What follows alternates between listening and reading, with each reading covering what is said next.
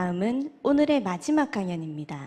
산업형 메타버스와 클라우드 메타버스라는 주제로 주식회사 DG엔터테인먼트의 백재성 대표님께서 해주시겠습니다. 대구 프리스타 기업으로 선정된 DG엔터테인먼트는 원천 기술을 직접 개발하고 국내 클라우드 3D 메타버스를 선도하고 있는 높은 성장 가능성을 가진 전문화된 기업입니다. 주식회사 DG엔터테인먼트의 백재성 대표님을 모시겠습니다. 네, 반갑습니다. DG엔터테인먼트 백재성 대표입니다. 제가 오늘 말씀 나눌 그 주제는 산업형 메타버스와 클라우드 메타버스에 대한 관점과 미래 방향에 대해서 말씀을 드리고 싶습니다. 지금 이게 화면에 보시면 3차원 그래픽이 이렇게 보이시면서 제가 이렇게 클롭되어 가지고 화면에 뜨는 모습을 볼 수 있는데요. 지금 보시는 이런 그 3차원 환경 자체가 어떤 특정한 그래픽 기술을 이용해서 구현하고 또 화면에서 이렇게 표현되는 것을 렌더링 한다고 표현하는데, 이렇게 실시간으로 구현해내는 기술입니다. 바닥에 비치는, 이렇게 바닥에 비치고 있는 뭐 그림자라든지 반사 등등이 다 컴퓨터 그래픽스 기술을 이용해서 구현하고 있는 건데요. 이런 관련된 것들이 이제 가상 세계와 혼합되면서 만들어지는 게 이제 메타버스라고 보시면 될 것 같습니다. 벌써 이제 2년 전부터 나왔던 용어고, 실생활 IT를 조금 관심 있게 보시는 분들은 많이 봐오시고 인지하게 되셨던 게 메타버스라는 것인데요. 어쨌든 가상적이고 광대역적이면서 소통과 그 다음에 경제 관점을 동시에 이루는 것이 메타버스라고 보시면 될 것 같습니다. 그래서 과거에 과거에 메타버스라고 불리지는 않았습니다만, SNS, 그 다음에 소통, 그 다음에 콘텐츠를 공유하고 또 그걸 게임으로 활성화하는 등의 형태로 이미 저희는 많이 경험했었습니다. 지금 보시는 것들이 예시들이 메타버스라고 보시면 됩니다. 그러나 메타버스가 활성화된 게 약 2020년 정도부터인데요. 당시에는 그 SNS 개념에서 그 다음에 콘텐츠의 재미있는 어떤 엔터테인먼트 개념으로 많이 발전하고 있었습니다. 그 발전하는 시기에 코로나 팬데믹이 오면서 새로운 매체, 새로운 대안이라고 저희가 보여질 만큼 콘텐츠가 이제 메타버스화 되어서 많이 나오게 되었고, 그중 관심 있게 받아들인 게, 알 수 있었던 게, 마이크로소프트가 그 마인크래프트를 3조에 이제 인수하면서 또 페이스북이 메타라는 회사명으로 바뀌면서 점차적으로 SNS와 그 다음에 기술, 그 다음에 그 바탕에서 플랫폼이라고 하는 메타버스가 활성화되는 형태로 나아지게 된 것 같습니다. 그런 것을 한 2년간 저희는 이제 경험하면서 현재 23년도를 앞두고 있는데요. 저희가 이렇게 그 메타버스를 다양한 산업에서 많이 보고 있었습니다만, 지금도 저희가 끊임없이 고민해 봐야 되는 것은 약간 엔터테인먼트 분야에만 이제 귀속되어 있어 보입니다. 그러니까 재미 위주, 그 다음에 참여를 하고 싶어하는 니즈가 많은 콘텐츠, 그 분야에 메타버스가 많이 활성화되고, 반면에 우리가 다양한 분야가 있기 때문에 그 다양한 분야에서도 메타버스를 활용하고자 하는 니즈는 커져가지만은 고객분들은 거기에 참여하는 것이 그렇게 썩 이제 많이 하시지는 않아 보입니다. 그게 그간 2년간 기대했던 거에 비해서 활성화되지 못했던 부분도 있다는 것을 알게 됐습니다. 어찌되었든 저희가 메타버스를 활용해서 가상의 오피스라든지 가상의 미팅, 그다음에 회의 등을 하겠다고 목표하고 그 방향이 성장이 될 것이라고 생각했지만, 현재 22년이 끝나는 시점에서 봤을 때 그 분야가 그렇게 발전되지는 못했습니다. 그냥 옛날부터 해왔던 로블록스라든지 제페토 등이 손쉽게 그 성장을 하는 것을 쉽게 볼 수 있는 것이 오히려 특징이지, 타 분야가 활성화되는 것은 기대한 만큼은 되지 못했던 것 같습니다. 그런 시점에 비슷한 시점이었는데요. 그 정부 정책이 작년이죠. 21년도에 모든 소프트웨어를 공공 서비스 클라우드화 시키겠다는 것을 이제 발표하게 됩니다. 클라우드 협회랑 죄송합니다. 클라우드 소프트웨어 추진 협의회랑 정부와 이렇게 협의해서 했는데, 25년까지 모든 공공 분야의 소프트웨어는 클라우드로 바꾸겠다. 이건 메타버스가 활성화되는 내용과는 좀 다른 내용입니다. 비슷한 시기이긴 했습니다만 소프트웨어를 클라우드로 사용한다는 것은 이제 확인이 된 상태라고 보시면 됩니다. 그 시점에서 메타버스가 활성화되어가는 과정이었고요. 이 두 개의 접점이 맞아지는 게 당연한 겁니다. 그래서 당시에 21년도에는 그 접점이 맞아지지는 못했는데 지금에 왔을 때는 그 관심도가 매우 깊어지고 있는 것이죠. 그 분야를 좀 더 말씀을 드리면 먼저 제가 하나를 특화해서 좀 말씀드리고 싶은 것은 메타버스를 원하는 모든 분야를 다 설명할 수는 없습니다. 교육이라든지 문화 쪽으로 설명하기는 힘들고 제가 좀 저희 기업이 참여하고 있는 분야에 대해서 설명을 좀 드리면 작년에 KT와 한컴이 그 메타버스 전시회를 구성을 했었습니다. 메타버스라는 것이 필요한 시기가 있었고 거기에 팬데믹이라는 어려운 환경이 있었기 때문에 그 기업 간의 어떤 그 비즈니스를 온라인으로 한다는 것은 당연하게 느껴질 수 있습니다. 20년도 CES의 경우에는 마이크로소프트가 CES의 그 전시 내용을 그대로 온라인으로 클라우드로 구현을 했었습니다. 다만 메타버스라고 불리기 어려웠던 것은 거기에는 단순히 이제 클라우드 상태에서 그냥 업체의 정보를 보는 정도였습니다. 뭐 유저 간의 사용자 간의 만남이나 직접적인 인터랙션이 있는 것이 아니었기 때문이죠. 그렇게 팬데믹 시대에는 반드시 온라인으로 상대 기업의 그 전시 정보라든지 기업 내용, 그 다음에 판매, 무역을 위한 어떤 진행 사항이나 그 회사에 대한 정보를 볼 수 있게 만드는 것은 당연하게 필요했던 겁니다. 그래서 저희 한국에서도 KT가 한컴과 함께 개발하고 국토부가 주최한 메타버스 플랫폼이 있었습니다. 그걸 좀 잠시 보시면 이렇게 보시면 우리가 흔히 생각하는 메타버스의 모양새를 다 갖추고 있습니다. 보시는 바와 같이 충분히 괜찮은 그래픽과 그다음에 업체를 설명할 수 있는 담당자의 설명, 그다음에 행사에 대한 안내, 그다음에 아랫단 화면을 보시면은 채팅도 할 수 있고 유저가 직접 각각 부스를 걸어가서 참관하거나 내용을 체험해 볼 수 있습니다. 여기 지금 동영상인데 혹시 동영상이 출력이 되는지 모르겠습니다. 혹시 보시면은 유저 간의 커뮤니케이션이 가능하도록 온라인 상에서 실시간 만나고 있고요. 그 다음에 만나서 토의하고 업체의 그 동영상 같은 것을 부스 내에서 볼 수 있도록 이렇게 만들어져 있습니다. 화면에 그 3D 환경 내에 라이팅이라든지 바닥 재질, 또 캐릭터의 다양성이 있고 이렇게 소통하고 채팅하고 명함도 주고받고 하는 것이 되어 있습니다. 당시에 그랬죠. 전시 산업이 다 죽어가고 있을 만큼 전시회가 확산되지 못하는 시점에 가상으로라도 들어가서 가상에 있는 아바타입니다만 상대 기업의 그 담당자하고 직접 만나서 채팅도 하고 필요에 따라서 전화까지 할 수 있었으니까요. 그러나 제가 봤을 때 저는 이 콘텐츠를 직접 들어간 건 아니고 유튜버가 영상 출력하는 것을 보고 좀 가늠했는데 보기에는 많은 사람이 보여지거나 그러지는 않았고 많은 사람 참여인이 보여지는 않았고 특수하게 좀 소규모의 인원들이 참여할 수 있는 시스템으로 보였습니다. 그 다음에 부스들이 큼직큼직하게 해서 업체들의 정보를 시원하게 잘 보여줄 수 있었던 것. 그래서 화면 구성이나 환경 등은 상당히 이렇게 잘 구현되어 있는 것 같고 보는 것처럼 메타버스스러운 전시관이었기 때문에 상당히 좀 기대를 하게 됐고요. 또 KT라든지 국토부에서 만들었기 때문에 예산도 충분히 많이 들어갔던 플랫폼으로 보였습니다. 본래는 영상이 좀 출력이 되는 거였는 것 같은데 일단 영상은 이제 못 보였습니다만 한번 찾아보시면 유튜브에서 쉽게 찾을 수가 있을 겁니다.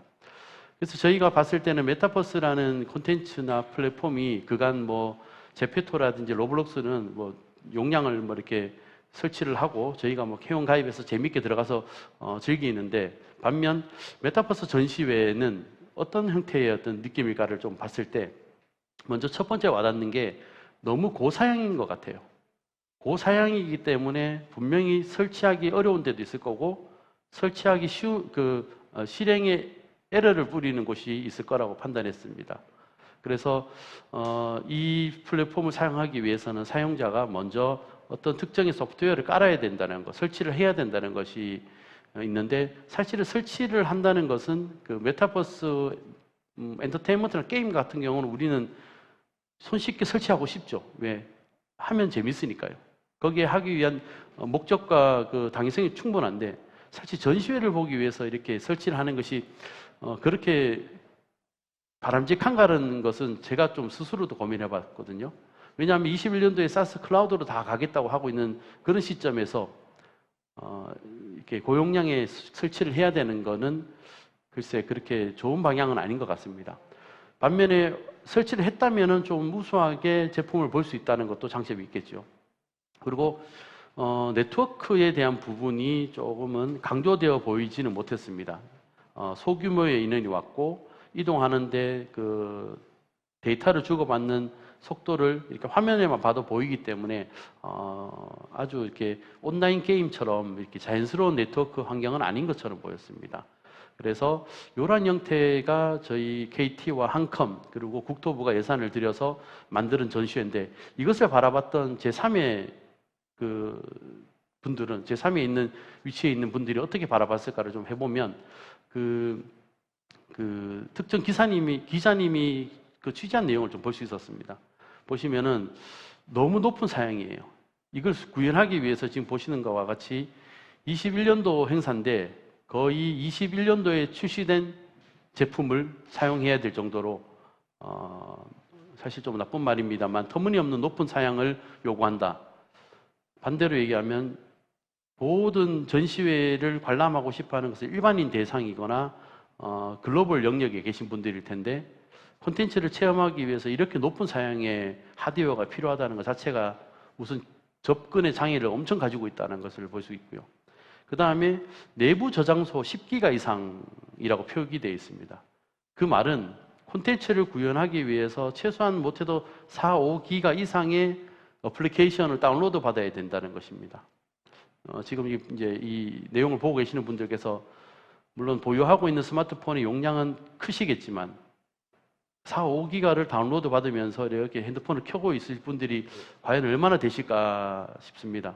그만큼 높은 장애를 갖고 있는 높은 진입 장애를 갖고 있는 콘텐츠는 활성화가 되기는 어렵다고 봅니다. 물론 로블록스, 마인크래프트 같이 게임들은 게임을 하기 위해 들어가기 위해서 10기가든 20기가든 다운로드 받는 분들이 많으실 겁니다.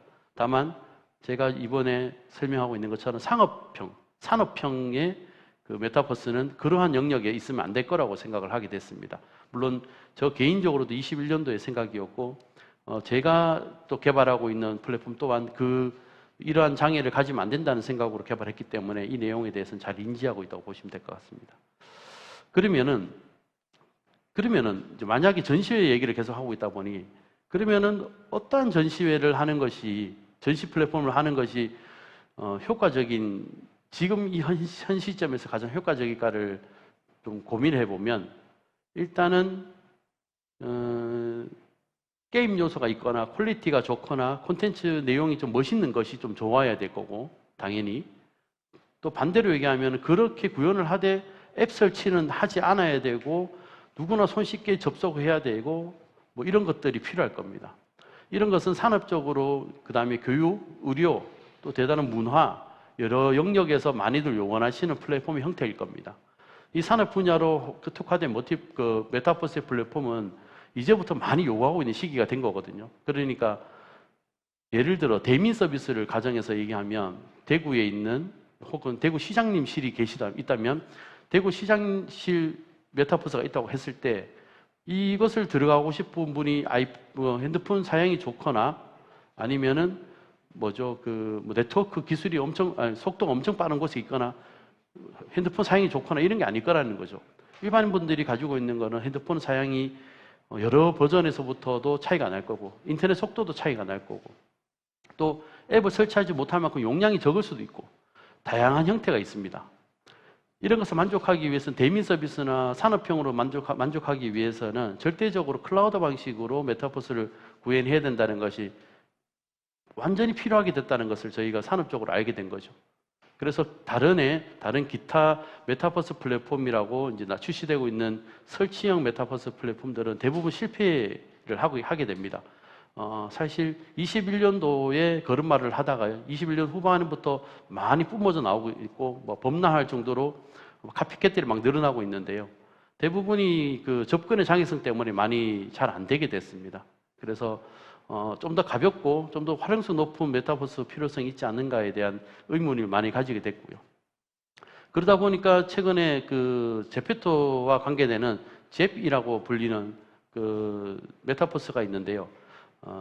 또 그 뭐죠? 그 2D로 하고 있는, 제가 명칭이 기억이 안 나네요.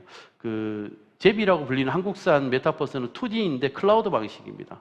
그 전에 3D로 많은 멋있는 것을 만들어서 그걸 앱으로 출시하고 했던 지자체들이 대거 잽으로 이동하게 됐습니다. 왜냐하면 3D로 멋있게 구현하는 건 다 좋고 이해를 할 수 있습니다만 만들고 나서 그들만의 잔치밖에 안 되는 겁니다. 근데 그 시점에 잽이라고 불리는 2D입니다. 그냥 그래픽 2D. 마치 옛날 미니게임 같이 볼 수 있는 수준의 것인데 거기에 제주도가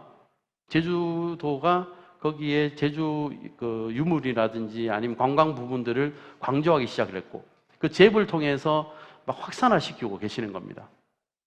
뭐 그렇게 잽을 쓰는 이유를 다시 한번 보니까 제가 계속 지금 얘기하고 있어도 이 부분입니다.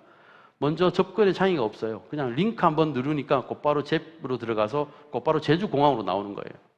이 과정이 일반 시민 입장에서는 상당히 접근성이 높기 때문에 광고에도 효과적이에요. 왜냐? 광고에 한 1,000불, 한 100만 원 정도 들이면 광고 노출수가 예를 들어 한 10만 건이 노출됐다. 보통 클릭률이 보통적 클릭률이 한 4%, 5%대가 되거든요. 뭐 예를 들어 뭐 스타벅스 기프트콘을 준다, 쿠폰을 준다 하면은 클릭률이 높지만 일반적으로 광고 형태로 내보내면 한 4, 5%가 클릭하게 됩니다. 그러면은 10만 명의 4, 5%이기 때문에 그 수가 들어오면 곧바로 제주공항까지 바로 가게 되는 거죠. 근데 만약 이거를 눌렀는데 앱을 깔아라 이렇게 가버리면은 거기서 또 다른 이탈이 일어나는 겁니다. 그래서 사실상 애플리케이션 설치해서 했던 것들이 좋은 결과를 못 얻었다. 그렇기 때문에 잽이라고 불리는 메타버스, 2D 메타버스에 오히려 더 관심을 가지고 이렇게 진행하고 있다. 이게 변화인 겁니다. 제가 지금 계속 얘기했다는 것은 산업 분야의 메타버스는 클라우드 방식으로 가야 된다는 것을 자꾸 얘기 드리고 있는 겁니다. 그래서 지금 범람하고 있는 뭐 개발 도구를 통해서 만들어지는 메타버스들은 단순 행사용으로 끝나게 될 겁니다. 그것이 많은 사람이 모여서 생태계가 되고 거기에서 서로 거래하면서 비용을 주고받고 하는 것은 쉽지 않을 겁니다. 그래서 접근이 용이하게 콘텐츠를 구성한다는 것이 메타버스를 구현한다는 것이 상당히 중요한 부분이 될 거라고 계속 제가 강조드리고 싶습니다. 저는 그런 기반으로 저희가 만든 걸 말씀드리면은 메타버스여야 되고 접근이 좋아야 되고 산업적으로 필요한 영역에 대해서 고민을 했고 산업적 필요 영역이 수출 플랫폼, 기업이든 혹은 학술 정보든 어쨌든 외부에 누군가에게 우리의 정보를 전달하는 플랫폼을 만드는 것이 저희 사업적으로 효과가 있겠다, 그 니치 마켓이 있겠다고 생각했던 것이죠. 그러다 보면 지금 아까 잽처럼 2D 방식으로 구현하게 되면은 기업의 제품을 설명하기가 상당히 어려워요. 예를 들어 제주도가 잽을 통해서 홍보하는 제주도는 2D로도 충분히 설명이 가능합니다. 워낙 유명한 관광지이기 때문이죠. 그러나 우리 기업이 갖고 있는 어떤 예를 들어 이런 형태의 모델링 기기가 있다. 이걸 설명하려면 2D로는 상당히 부적절합니다. 그래서 직관적으로 3차원으로 이렇게 돌려볼 수 있도록 만들어주는 기술이 필요하기 때문에 클라우드이면서도 그 3차원이 되는 기술을 개발할 수밖에 없는 것이죠. 그 대안 기술로는 그 WebGL, 그 웹 그래픽 라이브러리를 이용하면 되는 것으로 확인됐습니다. WebGL은 뭐 GIS, 그러니까 지리정보부터 계속 사용되어 왔던 기술입니다. 지리정보 또한 산업적이었던 거죠. 사용자지만 반드시 필요한 것이지만 그걸 뭐 지도로 다 설치할 수는 없는 거니까 우리가 옛날에 내비게이션 장치들을 보면은 다 실시간으로 다운로드를 받으면서 보여주는 형태, 즉 클라우드 방식의 개념을 많이 갖고 있습니다. 이 WebGL 3D 기술은 단계별로 많은 변화가 있었는데 물론 이제 시장은 오픈GL 기반이고 그 기반으로 확산되지만 2020년도에 크로노스에서 상당히 기술적으로 진화된 형태의 함수들을 만들어내기 시작하고 그 함수를 규격화시키기 시작했죠. HTML5 통해서. 근데 거기서 웹GL 3D를 가지고 있는 이 엔진의 기술들이 얼마나 퍼포먼스가 있는지를 보여주는 그런 형태는, 그런 제품을 만드는 업체는 많이 없었습니다.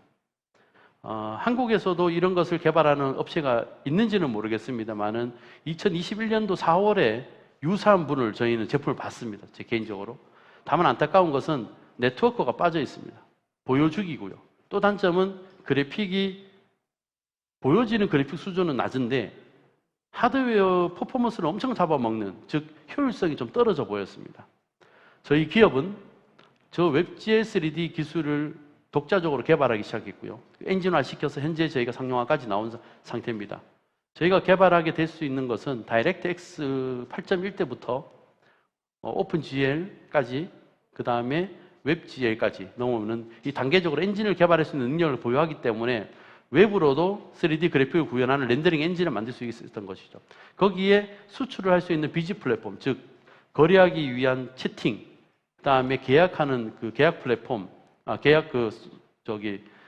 메뉴, 그 다음에 통역자들을 부르는 메뉴, 기타 등등 고도화되면서도 클라우드로 손쉽게 메타버스에 진입할 수 있는 플랫폼을 저희는 만들게 됐습니다. 그래서 반응형 웹 기술을 이용해서 3D 렌더링 엔진을 구현하고 그것을 클라우드 서버에 올려서 확산하고 전 글로벌 서버에 연계 채널로 서버화 시키는 것들 했고요. 그 다음에 가장 중요하게 보이는 게 동시에 한 공간에, 눈앞에 보이는 공간에 300명에서 500명까지 모일 수 있는 이 네트워크 처리 기술에 대해서도 저희가 특허를 가지면서 기술을 좀 계속 진화하게 됐습니다. 그래서 이 관련 기술을 가지고 저희는 계속적으로 수출 플랫폼으로 좀 활용을 할 예정이고요.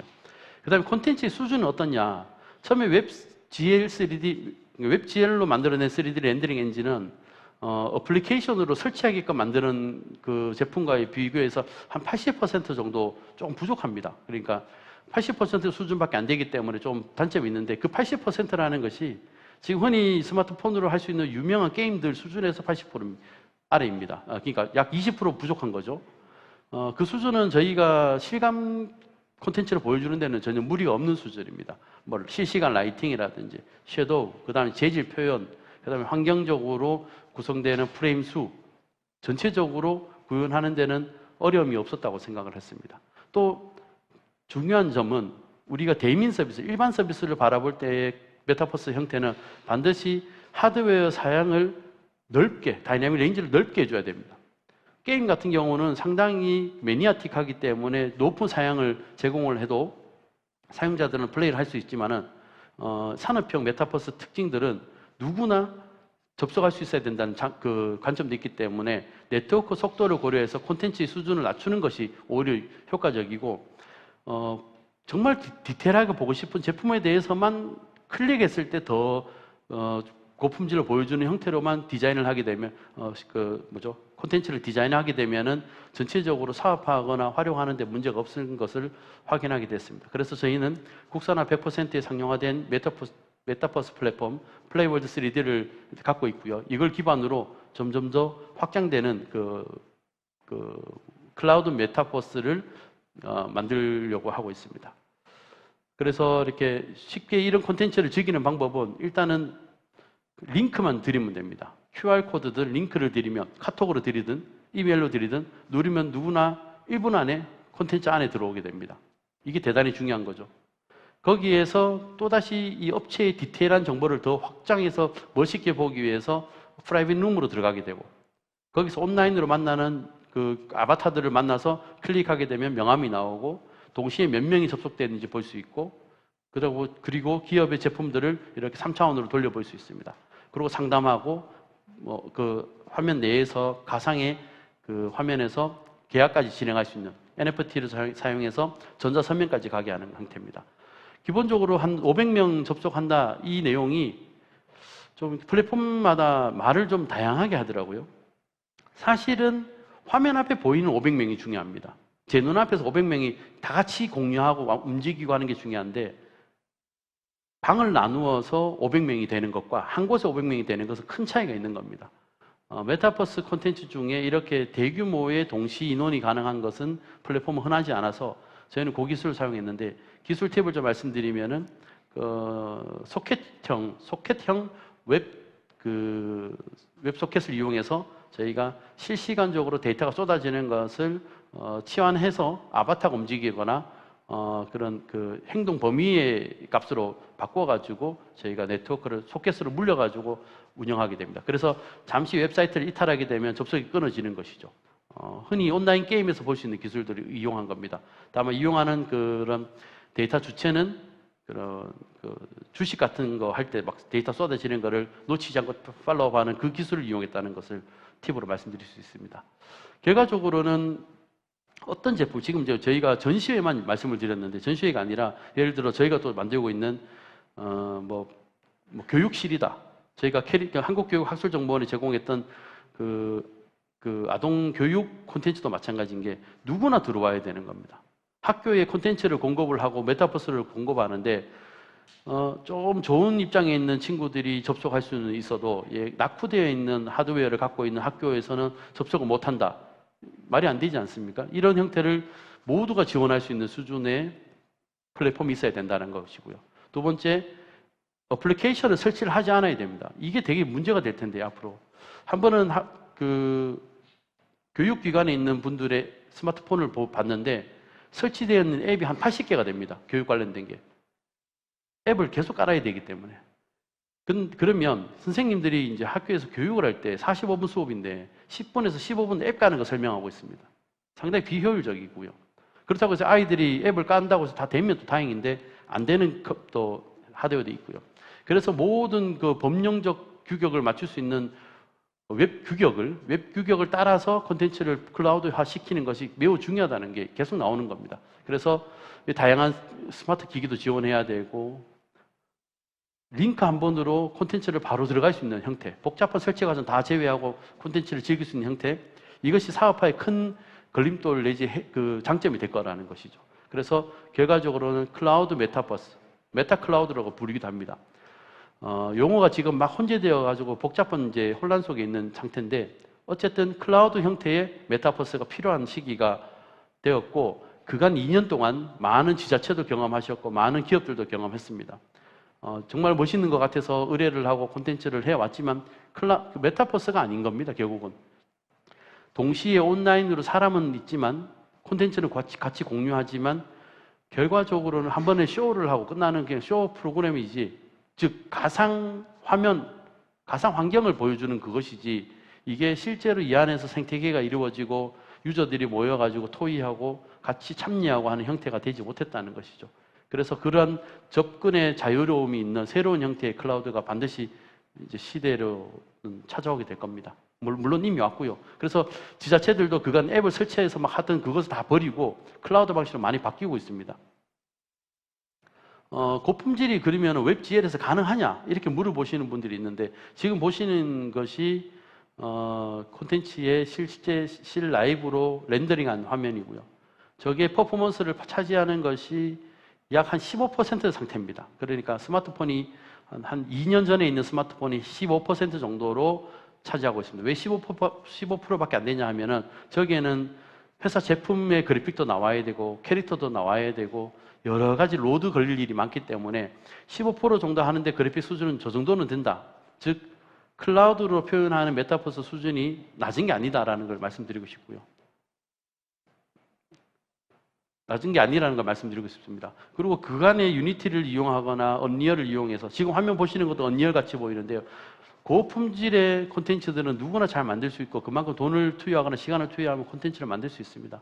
다만 이게 효율적으로 산업화에 쓰이느냐, 그리고 우리가 그 산업기관 쪽에, 그 다음에 제조업에서 스마트 팩토리 분야에서 보면은 각 스마트 제조기기들이 혹은 제조 장치들에 의해서 하나의 제품이 완성되기까지에는 시간적으로 그 제조 기반에서도 많이 고민하고 있는 그런 노하우들이 많은데, 이렇게 산업적으로 그 제조 환경에서도 각각의 그 직원분들이 쉽게 접근해서 산업의 데이터를 확인하거나 제품의 데이터를 확인하거나 제품의 수량을 확인할 때도 이러한 그 클라우드형 메타버스가 반드시 필요할 것으로 보입니다. 제가 산업형으로 클라우드의 미래를 약간 예측하면서 말씀을 드렸는데 지금 이렇게 이 주제를 가지고 이야기하는 국내 그 전문가가 없으신 것 같아요. 한 1년 반 전에 대구시에서도 많은 전문가들을 서울에서 불렀는데 그분들이 했던 말이 이거였습니다. 로블록스나 제페토에 대구시의 관광 자원을 거기에 다 제작해서 올려라. 그것만이 살 길이라 그랬습니다. 그래서 제가 그때 물었죠. 왜 그렇게 해야 되느냐? 그 플랫폼에 우리가 왜 종속되어 따라가야 되냐 물었을 때 그분들이 이렇게 얘기했습니다. 지금 유튜브의 모든 우리가 홍보 채널을 그쪽에 많이 활용하고 있지 않느냐. 결국은 그렇게 갈 수밖에 없는 거다라고 하셔서 저는 사실 그때 1년 반 전에는 물음표를 많이 가지고 나왔는데 그로부터 1년이 지난 올해 여름만 돼도 누구도 거기 콘텐츠는 안 올린답니다. 지자체도 그렇고. 이미 1년 만에 많이 바뀐 거죠. 왜냐하면 거기는 게임하러 가는 곳이지 그거 보러 가는 곳이 아니거든요. 그 단 한마디로 끝나는 겁니다. 그 예측이 틀렸던 겁니다. 지금 클라우드로 해야 된다는 걸 제가 계속 강조하는 것은 반복성으로 이렇게 앱을 만들어내 갖고 이렇게 하는 것이 연속적으로 쭉 가려면은 게임 같아야 됩니다. 근데 우리는 게임이 아니잖아요. 우리가 산업적으로 나가야 되는 분들이 전시회를 내가 한번 오고 싶어서 2기가를 깔아라고 하면 누가 갈겠습니까? 이거는 저만 생각하는 게 아닌 것 같아요. 제가 예를 들어 중소기업, 죄송합니다. 중견기업, 한 상장사, 초기 상장사 정도의 회사의 회사 소개서를 가상으로 만든다고 해서 만들었는데 그걸 앱을 깔아야 되는데 중견기업이 뭐 얼마나 대단하다고 외국에서 많은 분들이 그 앱을 열심히 깔아서 한번 보려고 그걸 깔겠냐는 겁니다. 산업적으로 우리가 많은 정보를 드리고 시각화시키기 위해서는 반드시 손시현 접근이 가장 중요하고요.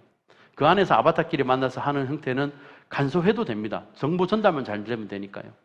게임의 영역과 산업의 영역이 이렇게 차이가 많이 난다는 겁니다. 이 분야의 관련 기술들이 계속 확장되어 나가야 되는 것이고 저희 협회에서도 이런 기술에 대해서 양산, 그 다음에 같이 이렇게 기술을 도모해서 이렇게 성장하는 형태로 나가는 것이 지역에 있는 어떤 기업들의 장점이고, 그 기회이고, 그 기회를 잘 살려가지고 국내 혹은 해외에서도 많은 성과를 이룰 수 있도록 하는 것이 시기적으로 맞아 보인다고 느껴집니다. 그리고 2025년까지 그 공공기관이 전부 다 클라우드로 소프트웨어를 변경할 때 반드시 시각화가 포함되어서 변경될 겁니다. 그간 시각화를 제외한 형태의 정보 전달의 어떤 소프트웨어에서 시각화 정보 전달로 바뀌게 될 겁니다. 25년 이후부터는. 그래서 미리미리 클라우드 방식의 소프트웨어를 개발하는 것을 준비하는 것도 대단히 좋은 찬스가 될 것 같습니다. 좀 길게 얘기했습니다만 저희 지역에 있는 기업으로서 장점과 그 다음에 그 기회를 꼭 강조하지 않을 수가 없었기 때문에 좀 길게 얘기했는데요. 저희 기업은 이렇게 자체적인 원천 기술을 토대로 앞으로도 계속 성장할 수 있도록 노력하겠습니다. 다시 한번 감사합니다.